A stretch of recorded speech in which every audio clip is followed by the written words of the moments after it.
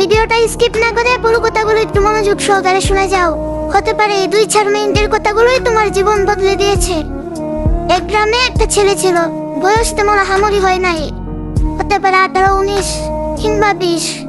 নাম জানাটা তেমন গুরুত্বপূর্ণ নয়, কারণ এই গল্পটা শুধু তার নয়, হতে পারে তোমার জীবনের সাথেও মিলে যেতে পারে। ছেলেটা সবসময় বড় কিছু চাইতো, স্বপ্ন ছিল অনেক, কিন্তু বাস্তবতা ছিল পুরোই উল্টো। পরিবার বলতো এসব করে কিচ্ছু হবে না, তুই অন্য কিছু চেষ্টা কর। বন্ধুরা হাসতো, সবসময় আর কি করতো, বলতো তুই পারবি না, তোর দ্বারা সব সম্ভব না।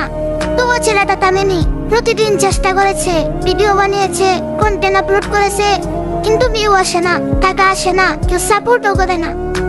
একদিন রাতে সে চুপচাপ বসেছিল, কারণ একটা ভিডিও আপলোড দিয়ে প্রায় 4 থেকে 5 ঘন্টা হয়ে যায়। মোবাইলটা হাতে নিয়ে বসে থাকে, কিন্তু স্ক্রিনে 0 ভিউ।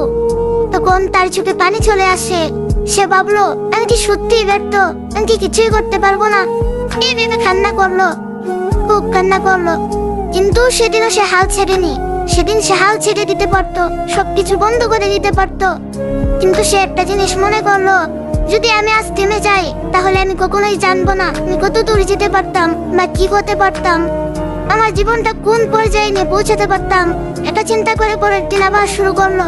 একটা ভিডিও, 2টা ভিডিও, 10টা ভিডিও, ধীরে ধীরে একটা ভিডিও ভাইরাল হলো। তখন থেকে মানুষ চিনতে শুরু করলো, জানতে শুরু করলো। মানুষ তার কাছে আসে, তার সাথে ছবি তুলে তাকে অনুপ্রেরণা বানিয়ে দিল। কিন্তু একটা বার কেউ জানতে চাইলো না যে এই জায়গায় আসতে তাকে কতটুকু কষ্ট করতে হয়েছে, কতটুকু শ্রম দিতে হয়েছে, বা এই জায়গায় আসতে তাকে কত রাত কাটতে হয়েছে, কতটা রাত নির্ঘুমময় কাটাতে হয়েছে।